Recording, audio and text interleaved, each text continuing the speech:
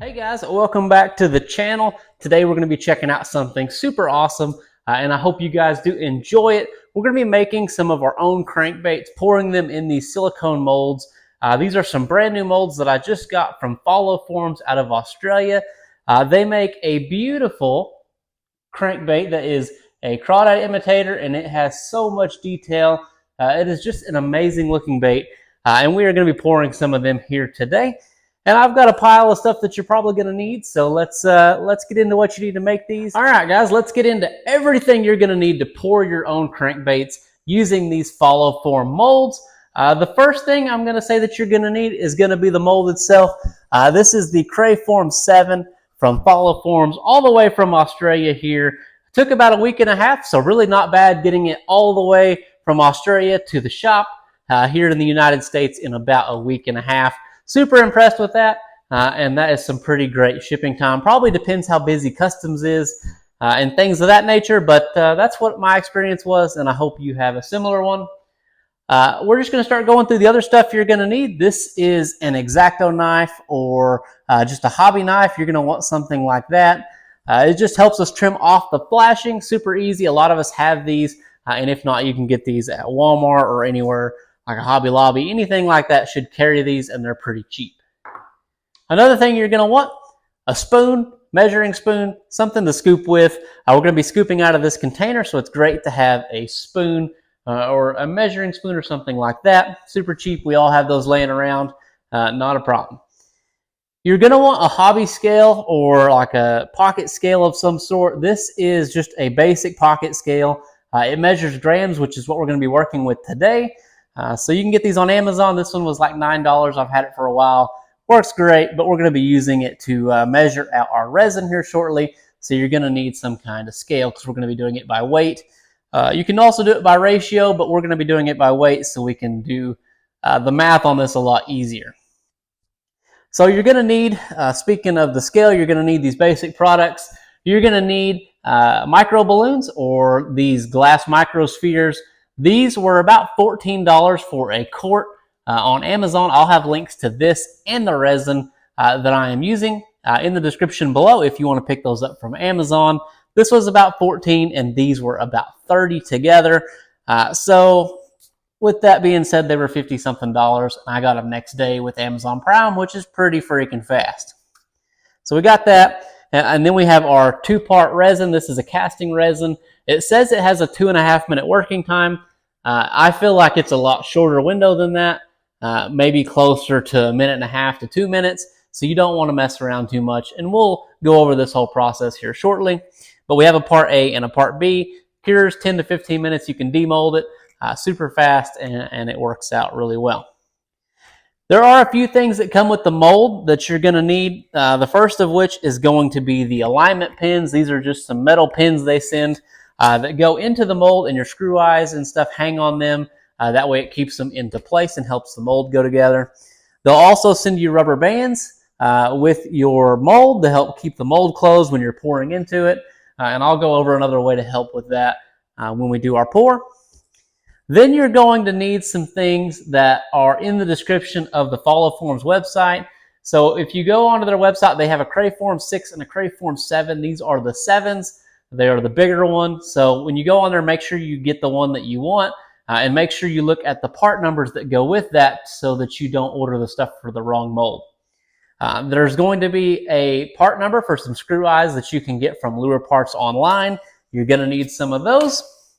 You're also going to need some lips or some bills. These are the Lexan version. They also have a circuit board version if that's something that you like. And you can just grab some of those off of Lure Parts online with your screw eyes and it goes super fast. And you can get that stuff in pretty quick. Here's the tricky part. When I messaged the guy on Follow Forms, I messaged him on Instagram and I said, hey, you know, there's not a part number to the weight that you're using in the front of these. What are you using? And he said he's using ball sinkers that they have in Australia. Well, I couldn't find anything that looked just like what he was using. So I've come up with a solution. And this is where your method may vary from mine, but this method works. I've tested it and I'm confident to say it works. When I messaged him, he told me that the weight he was using was about 3.5 grams. The closest I can get to that is about 3.25, and that is using this lead that is double-aught buckshot. I found one of my friends, it's a reloader, happened to have some, and he said, here's a bag of them. Take them, try them, let me know if they work, and if they work, I can get you some more of them. So this is double-aught buckshot, and it is just lead, and it's round. So there's going to be a few things we're going to have to do to prep it to go into this mold.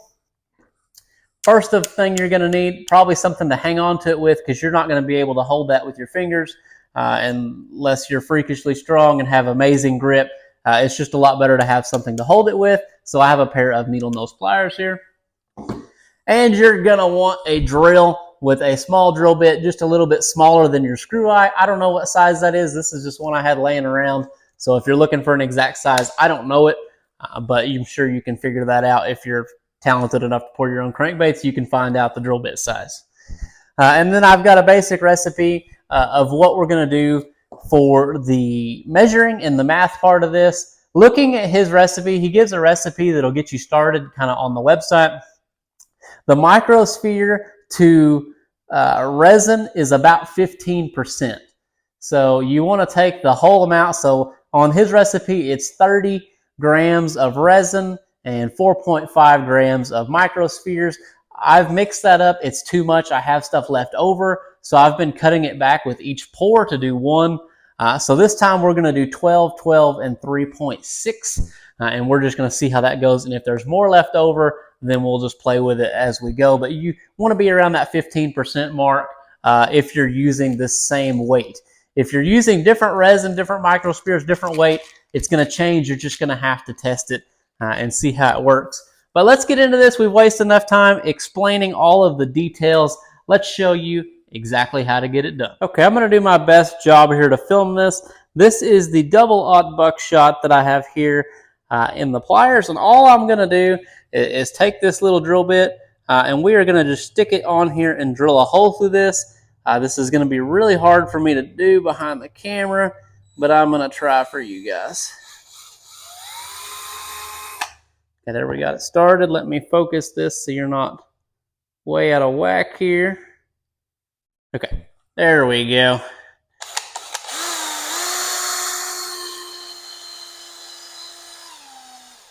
Okay. There. Now we have a hole drilled through that. It's as center as I could get it. That's the main thing. You don't want to be super off to one side, but if you are off a little bit, it'll be fine. I'm going to take a file and knock that burr off real quick. And then what we're going to do is run a screw eye into this, and I'll show you about how far to get it. All right, what we're going to do now is I've got this screw eye chucked up in the drill as straight as I can get it. It's not going to be perfect, but then we're just going to start walking it in there. Ease it forward here. Let me rechuck that because it came out. That's going to be about how far you want it up in there. You'll have to play with it. I'll show you how it looks in the mold, and that way you can get an exact idea. But that is pretty close right there. Here's a look at the mold ready to go back together. We have our alignment pins 1, 2, 3, 4, and 5. And then what we did is we put our 3 screw eyes in here. So the one at the front, which is going to be your line tie, the one underneath, which will be a hook hanger, and the one in the back will be a hook hanger. You just want to position them in the mold where they're about perfect even-wise, and then when you clamp it together, it should go kind of where it needs to. Just try to make sure this is center in the tail, make sure these aren't too close together, and make sure this one isn't going down into your lip socket that's going to be made by that piece hanging out there. Then we took our weight and we put it on that screw eye, and we put it on this one here. So the main thing to think about here is you want to make sure that when you put this on there, you leave enough distance that that ball gets up inside the bait so it's not hanging out the side. That would be my biggest concern. So make sure that you leave enough distance there that it's going up into the bait itself, and then it can be cast around when you pour your resin down in the mold. So we're going to get our rubber bands ready now. These are the ones that they sent with the mold. I'm going to put this together here. Make sure our pins go in. And when you get it together, you're probably going to notice it's not going to be perfect. There's going to be gaps. You're going to have flashing. That is just part of using a silicone mold. You can't really prevent that a whole lot, but I'll show you how I rubber band these up. and then what I do to try to help with that. It's not perfect. There's flashing, but don't worry too much because the flashing is very easy to get off. There's that. And then I like to do a little bit of a cross pattern here just to make sure that we're all banded up. We have plenty of rubber bands, so you might as well do a little bit of a pattern there. But once you get that done, we'll set this off to the side, and I'll do the second one, and then I'll show you how I put something on the outside to help with that. You can do this with wood, or you can do it a couple different ways. You can put plexiglass or wood on the outside, wrap rubber bands around it.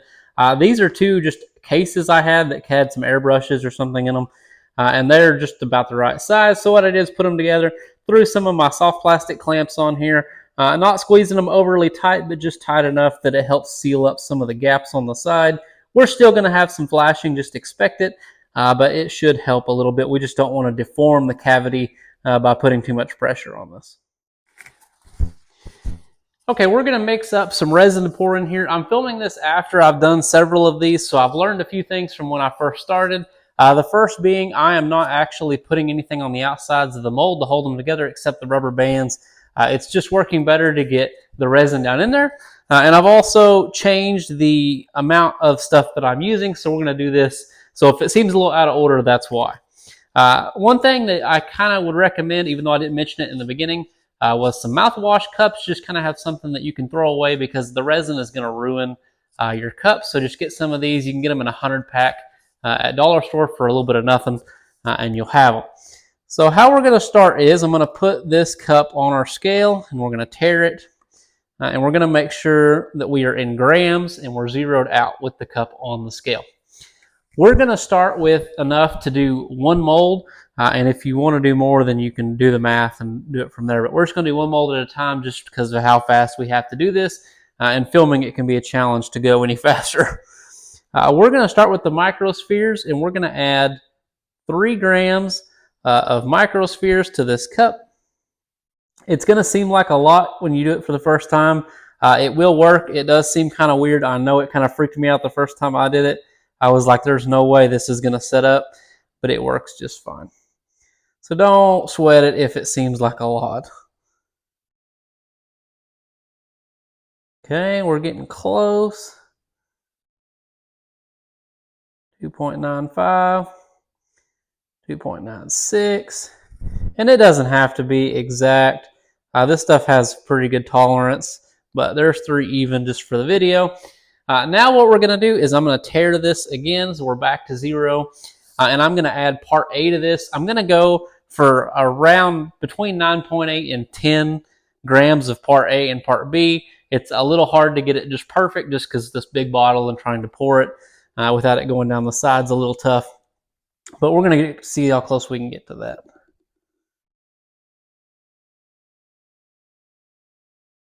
Okay, there's 7. Okay. There's 8.4. Okay, there is 9.74, which is enough. I'm going to wipe this off real quick because I got some just down the back of that.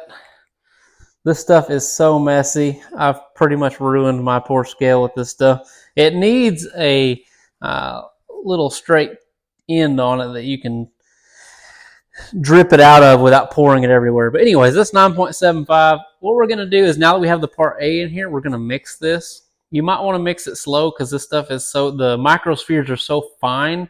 It might want to get airborne, and you don't really need to be breathing this in if you can help it.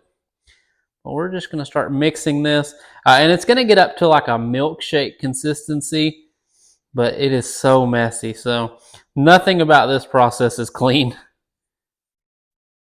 Starting to turn into a paste here, and then once it gets in the paste, you can speed it up. It'll start to look kind of like milkshake texture somewhere in there.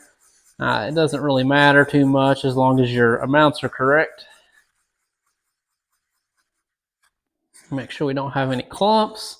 That's the main deal here.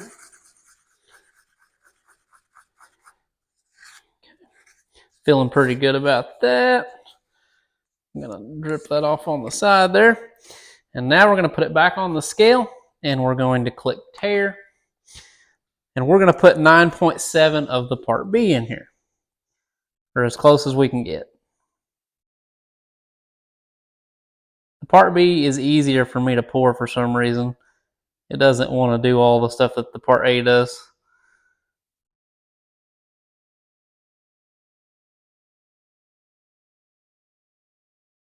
Try to drip it in there.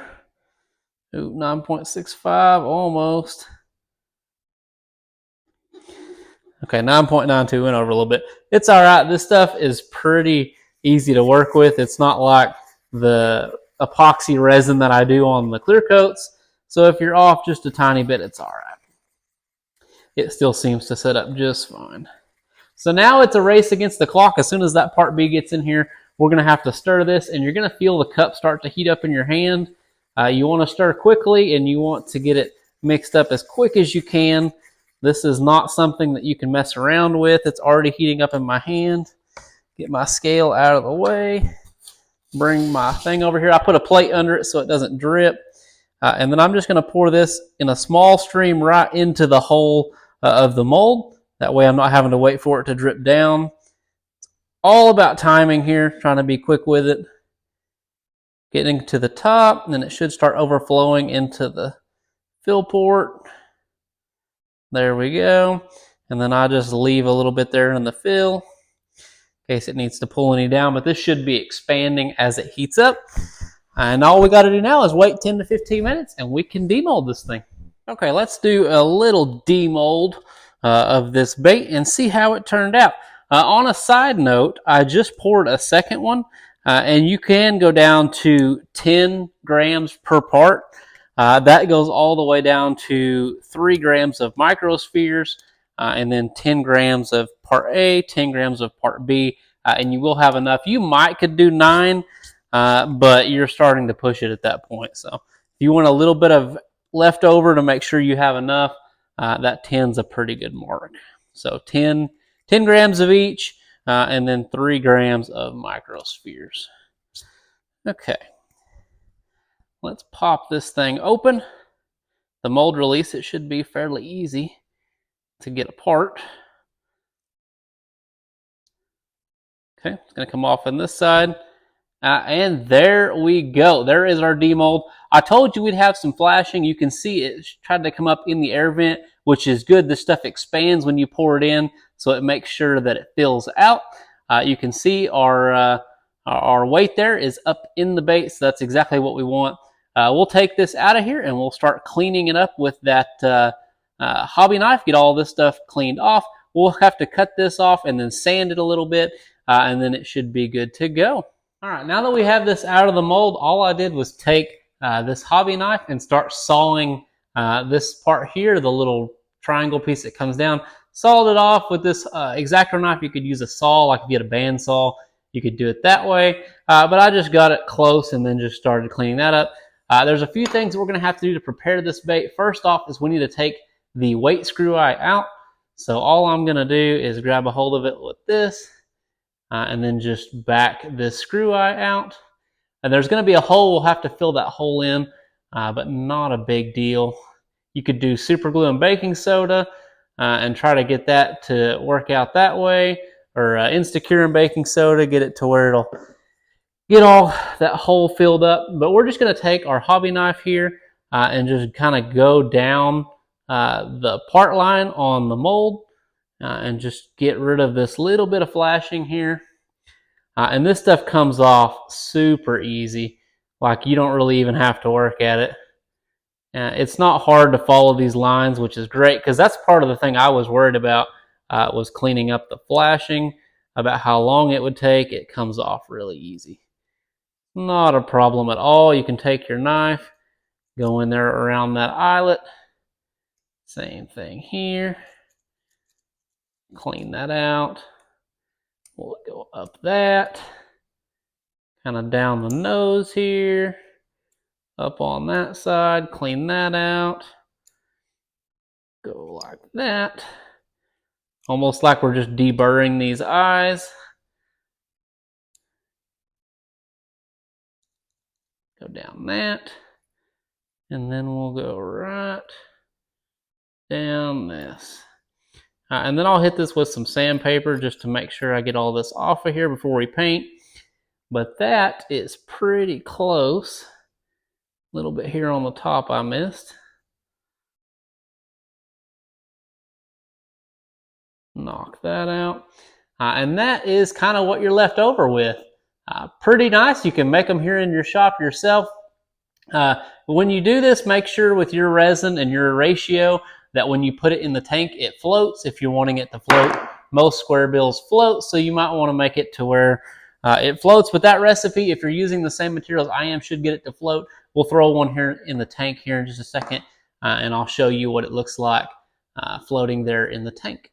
A moment of truth of putting these in the tank. I just have the bill shoved in there at the moment, and I'm going to hang the hooks from the screw eyes there, and we're just going to have that for weight. And let's put it in here, and hopefully it floats. All right, there you go. Floats nose down so that its lip can do its action. It can start kicking and doing everything that square bill's meant to do. It actually looks really good in the water. It sits pretty straight. It's not wanting to lean to one side or the other. And I can shove it down and it'll come right back. So that's pretty good. That's what I would expect out of our square bill.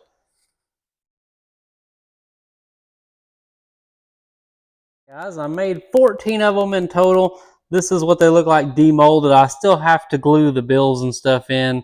But you can see the consistency is pretty good. I'll have to fill a couple holes and do a tiny bit of sanding, but not too bad, especially for just a silicone mold and just pulling them out of there like that.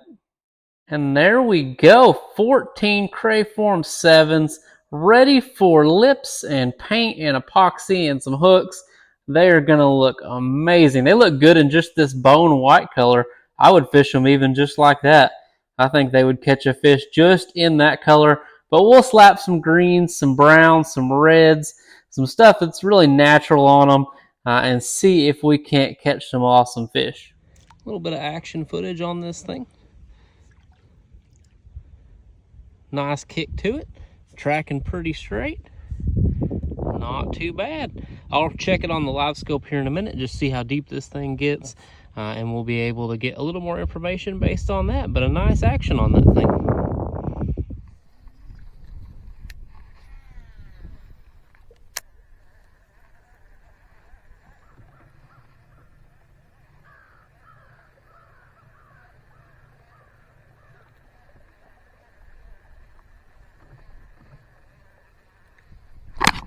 There he is. Oh, he come off. I told you they'd eat the white, guys. I wasn't joking. I knew they'd eat it. Well, guys, I learned a lot doing this. I hope you enjoyed this video. We've got 14 of these here. I actually had 3 that were rejects when I was testing, just doing buoyancy and different things, trying to get the recipe down. So I made 17 in total. I've still got over half, or right around half, of that resin left, so we're going to get a decent amount of baits out of that. It's not super cheap compared to maybe buying some of the blanks that are already made, but these have so much detail and everything. I'm really happy with how these look. I would definitely continue to make these. I got in a pretty good rhythm where I would have one hardening up while I was demolding, the other one cleaning it up with the hobby knife and getting that all fixed up. So you get in a pretty good rhythm after a while of working on it. I'm going to have to go in and take some Instacure and some baking soda and fill in some of these holes for the ones I'm going to sell. The ones I'm going to keep, I don't know that I really care. I'll just make them look as nice as I can for the ones I'm going to sell. And just the stuff I'm going to use, I'll just go out and enjoy it and have fun with it. If you want to see me paint some of these and have some fishing footage, I'm going to do that too, but it's going to be in a separate video because that's going to be like a whole nother good chunk of time just getting through that. So I just wanted to walk you guys through making the blanks. I'm pretty sure that you guys can handle just gluing the bill in. It's not a big deal. Just get it straight as you can, slap some super glue, maybe some Loctite gel on it, and glue that thing in there. And you obviously know how to put hooks on and all that. So this should get you started. I hope you guys did enjoy something like this. It's something so different. I've never done anything like this before, and I'm looking forward to it. If you want to pick up the molds for these, I'll leave a link in the description below to follow forms. They are out of Australia, like I mentioned, so you might give them a little more time than you would a U.S. company. But they sell this Crayform 7, and they also sell a Crayform 6, which is a little bit smaller. And they have really good descriptions and, like I said, the part numbers for the things that you're going to need. And everything you saw in my video was helpful as far as what to have on hand, what to get ahead of time. All that stuff was helpful to me, so I hope it's helpful to you. And this isn't a sponsored video. It's just something I wanted to do, something I wanted to check out here on the channel. So I'll leave a link to that. I'll try to leave a link to the microspheres and the resin as well. That way you guys can get some of that on Amazon if you want to use the same stuff that I'm using. It feels plenty good. I've had good luck with it. I will say, after having done a bunch of these, the mold release was giving me a little bit of problems, so I stopped using it. And they turned out better without the mold release, so I would not recommend using the mold release. I'll try to throw something up on the screen when I'm talking about it earlier in this video, or maybe just cut it out altogether. But I would not use the mold release. It seems to be working great without it, and it was causing me some curing issues in a couple spots. So I would just stay away from the mold release, and that way you don't have problems. But yeah, until next time, when I'm painting and fishing these baits in a future video, I will catch you guys in the next video.